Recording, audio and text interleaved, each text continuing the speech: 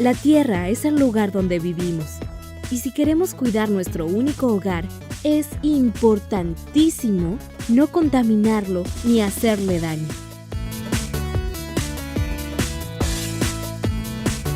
¿Por qué es importante el cuidado del medio ambiente?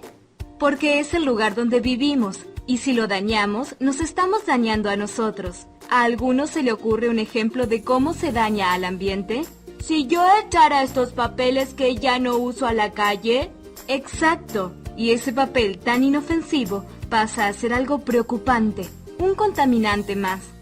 ¿Qué es un contaminante? Un contaminante puede ser cualquier factor químico, físico o biológico que en determinado ambiente nos haga mal. Pueden provocar un deterioro en la salud de la población o dañar la vida animal o vegetal. ¿Qué son los factores químicos, físicos y biológicos? Cuando uno piensa en contaminación relacionada con factores químicos, enseguida nos viene a la cabeza una chimenea industrial emitiendo humo a la atmósfera. O un río con aguas contaminadas y peces muertos en la orilla. Muy bien. En los dos casos, la contaminación es producto de que se vuelcan sustancias químicas al medio ambiente. Entre los factores físicos que contaminan encontramos, por ejemplo, la temperatura. ¿La temperatura contamina? Si es mayor que lo normal para un ambiente, sí. Les doy un ejemplo. Existen industrias que necesitan agua para mantener frescos los productos o las máquinas que ellas utilizan. Estas industrias en general se ubican en las márgenes de los ríos para que sus aguas o parte de ella pase por su interior. ¿Y qué ocurre si una sustancia fría se pone en contacto con otra más caliente?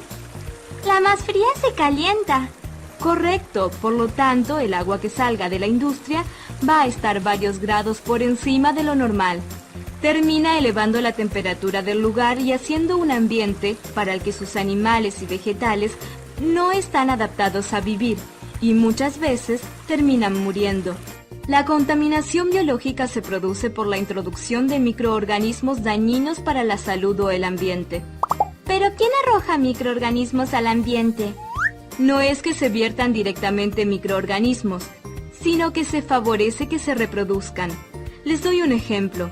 Por lo general, las cloacas se desagotan en ríos o mares, pero antes que el contenido de estas cloacas llegue al agua, se debe hacer un tratamiento especial para no arrojar materia orgánica que sale de nuestros baños, nuestras cocinas y de las alcantarillas de las calles.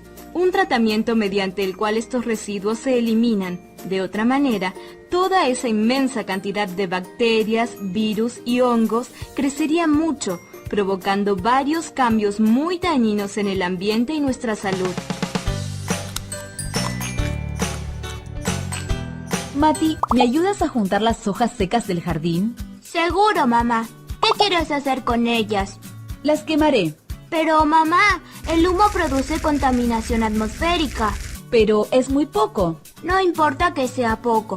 Nosotros podemos ayudar evitando que ese poco de contaminante no vaya a la atmósfera. Oh, tienes razón.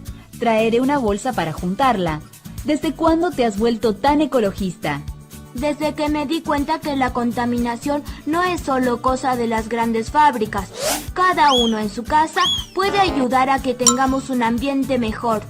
Es verdad, Mati. Todos podemos colaborar. Qué importante lo que aprendimos, ¿no?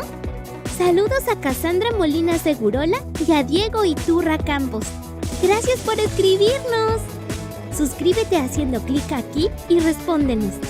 ¿Cómo podemos ayudar al medio ambiente? ¡Nos vemos!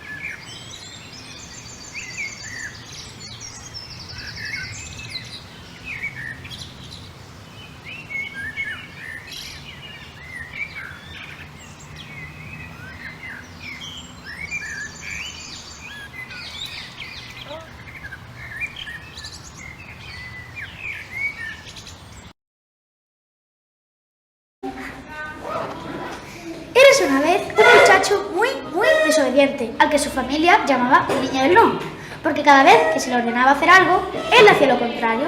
Si le decían que se levantara, él se quedaba en la cama. Si le decían que se vistiera, él se quedaba en pijama. Así una cosa tras otra, y por eso su familia acabó olvidando su verdadero nombre y siempre se refería a él como el niño del no. Se pasaba las horas viendo la televisión o delante de su ordenador y no respetaba ni a nadie ni a nada. Por ejemplo, si iba al baño, dejaba la luz encendida. Y cuando le decían que la apagaran, él respondía, ahora, ahora. Pero no se movía del asiento.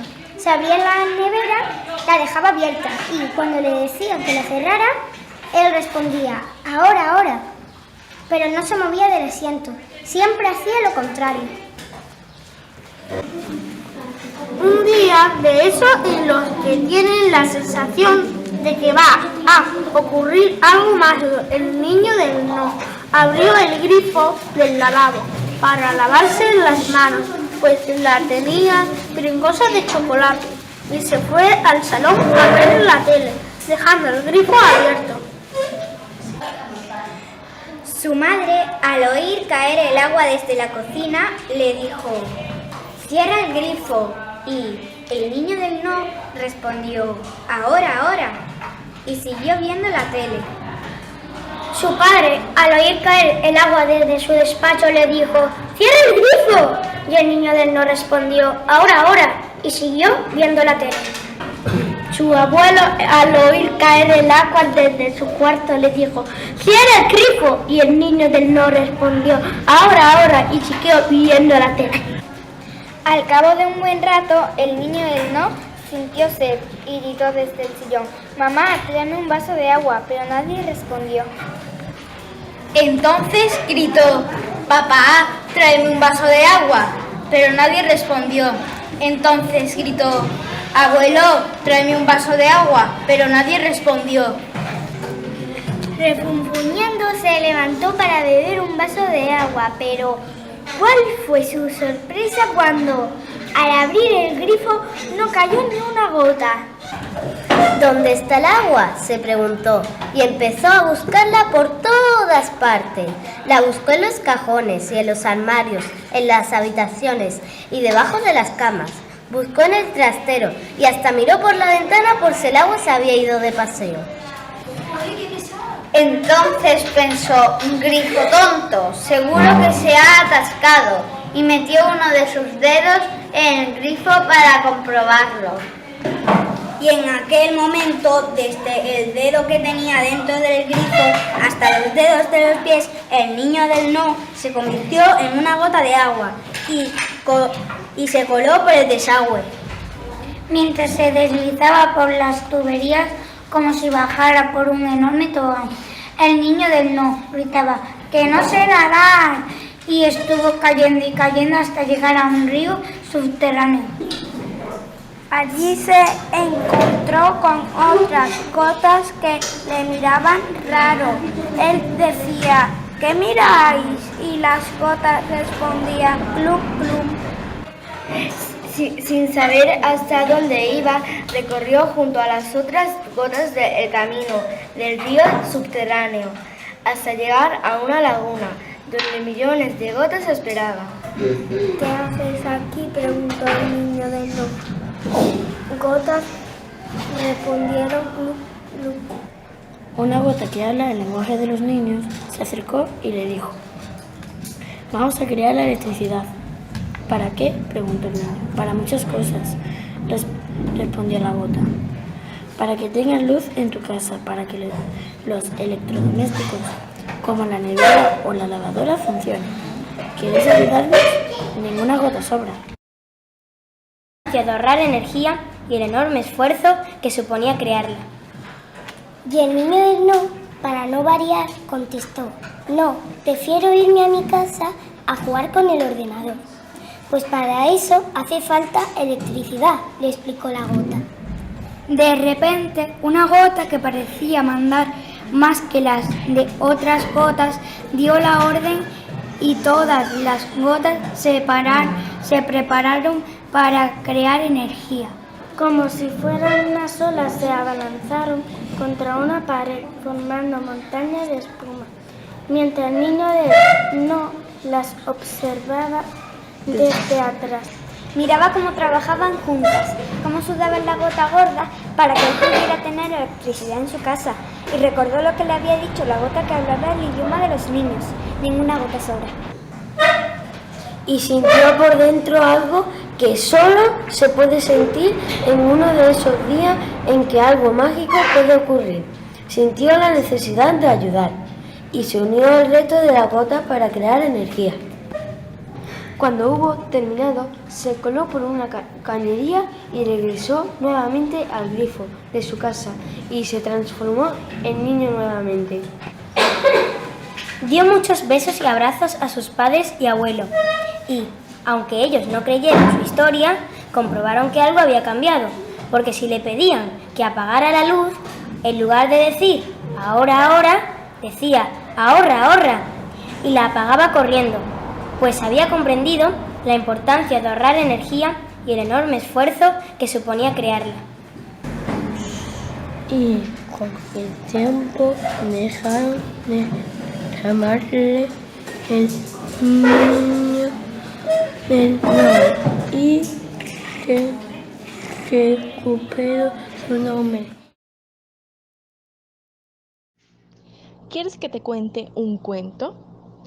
Eras una vez un niño llamado... se me olvidó. Bueno, busca un lugar cómodo y toma asiento para que escuches el cuento con mucha atención. Ya recuerdo, eras una vez un niño llamado Pepe. Un día Pepe salió de paseo con sus padres. Cerca del camino observó que estaban quemando una maleza. Le preguntó a su papá: ¿por qué hay gente sin conciencia que daña el ambiente? Su padre le contestó: porque no saben el daño que le están ocasionando al ambiente. Pepe le respondió a su padre: ¿por qué no les explicamos que debemos cuidar el medio ambiente como si fuese nuestra propia vida? Ellos le respondieron: sí, hijo, vamos a hablar con esas personas. El incendio quemaba árboles como el sauce, roble, pinos y muchas plantas que se caían poco a poco por la mano perjudicial del hombre.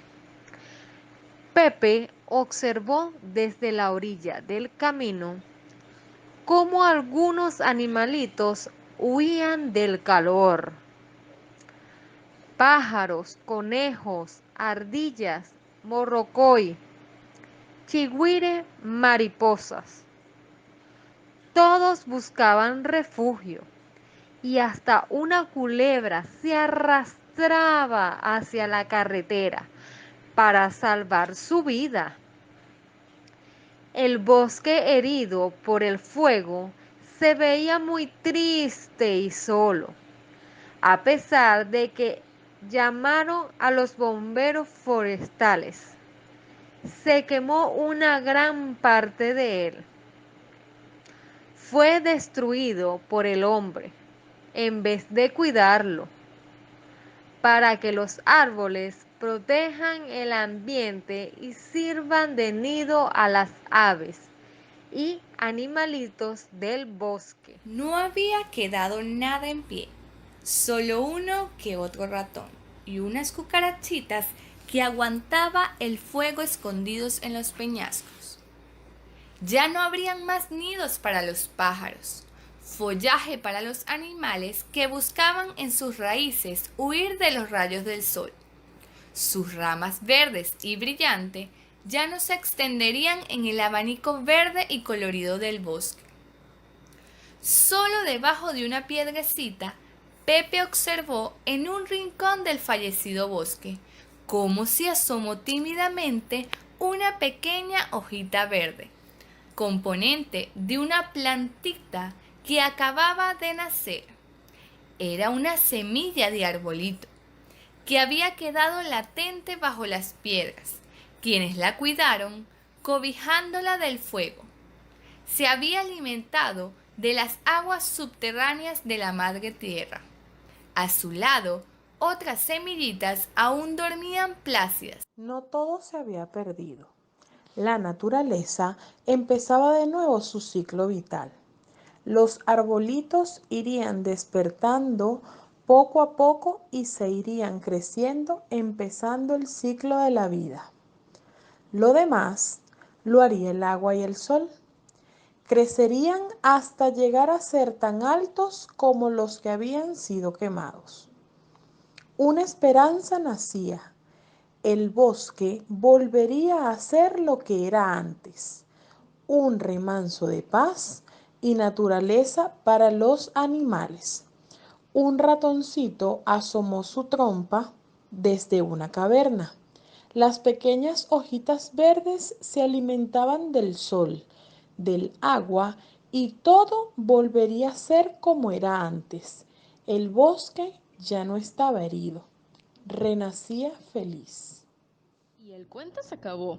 Cuando lo vuelva a encontrar, lo volveré a contar. Ahora que escucharon el cuento, te invitamos a nuestro ciclo de preguntas, donde responderás como un escolar de mentalidad abierta. ¿Cómo cuidarías el medio ambiente? ¿Qué observó Pepe cuando salió de paseo con sus padres? Pepe, que se encontró en el fallecido bosque, y como un niño reflexivo y pensador, ¿crees que las personas tienen conciencia en el cuidado del ambiente? ¿Por qué?